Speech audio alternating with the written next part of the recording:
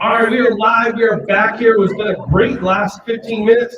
Thank you to all of those who came over, visited the book booth over here. And as we continue to jump right in, one of the pieces of Stronger Together is also raising the voices of our solution providers, like the great program tech. And the booth is 1973 upstairs. Make sure to go see that. But also sharing products that empower students. And I wanted to welcome in Hal from Robotical to talk a little bit about the work that you do empowering students. Yeah, glad to be here.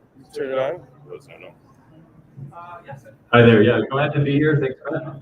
I'm with Robotical. We're a company based in Scotland, and we have a little humanoid robot called Marty the Robot to teach computational thinking and coding from pre-K all the way up to 12th grade.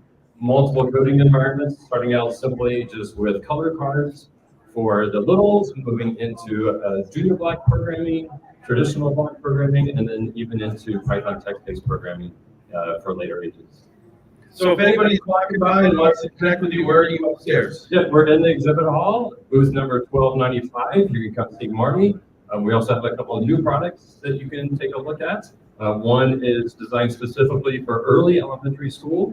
So it's a simple little cog device that will introduce physical inputs and outputs to early elementary school. It has lights and makes sounds, can detect motion, has a button, and if it's available for pre-order now, if you pre-order it, it's only $15 before it comes out later this year. Awesome. Well, so one of the things I've been talking about with educators is moving from participation to engagement. How does the work that you do enhance student engagement? Oh my gosh, I mean, Marty is so engaging. I mean, what humanoid robot can't be engaging like this? Plus, Marty comes with sticker sheets so that the students get to decorate them ever how they like. Different eye colors, different eyeshadows, different mouths, a little bit like a Mr. Potato Head. And for elementary school especially, this is what they expect a robot to look like. You know, it's not a car, it's a human. Marty can also talk and can talk in multiple languages, so it's another form of engagement with the student, as well as for social emotional expression and maybe for students on the autism spectrum who may not be able to give words to their feelings. You can use someone like Marty and have Marty show angry eyes or sided eyes or things like that to better enable that engagement and that emotional connection for the students. Yeah, and Rob, I know you do a lot with social emotion. Can you talk about that a little? Well, I work with a lot of special needs students and actually have a special needs child at home. And I find that working, like you say, in the classroom with robots, that it's a little bit easier for students on the spectrum to relate to because they don't have to read emotion. Mm-hmm. So as soon as they get past that, they can focus on the educational value. So meeting the needs of those younger students, especially in the early stage of coding, with a device that can upgrade through the grade levels as you go from simple button pressing to block-based coding and ultimately text-based like Python. It's great to have that transitional robot. Yeah, and there's actually academic research about the benefits of humanoid robots for students on the spectrum. And we have a white paper that references that research on our website for the audience members that are more interested in this topic. And then, Matt, if I got time for one more plug. At the high end, so we've talked about Marty, we've talked about COG for early elementary, but many of the U.S. audience might not realize that the CTE career clusters in the U.S. are being updated for the first time in a long time. Hold on 1 second. Jerry, are you leaving? Jerry, are you leaving? Are you coming back?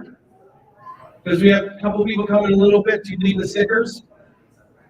So keep going on your plug. I got to ask you a question. Sorry about that. Go ahead. Welcome to a live podcast here at ISTE Live 2024.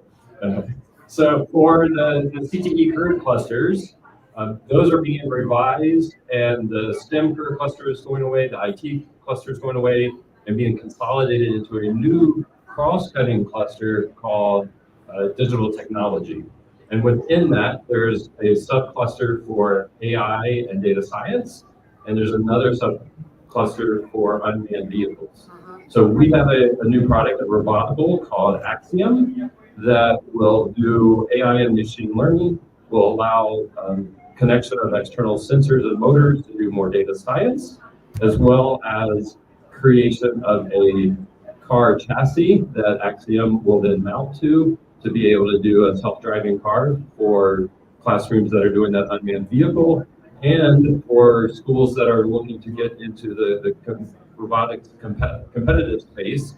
The World Robot Olympiad has a challenge called Future Engineer for autonomous self-driving cars that Robotical Axiom will meet the specs on, so that is an easy starting point for schools that want to start exploring self-driving vehicles.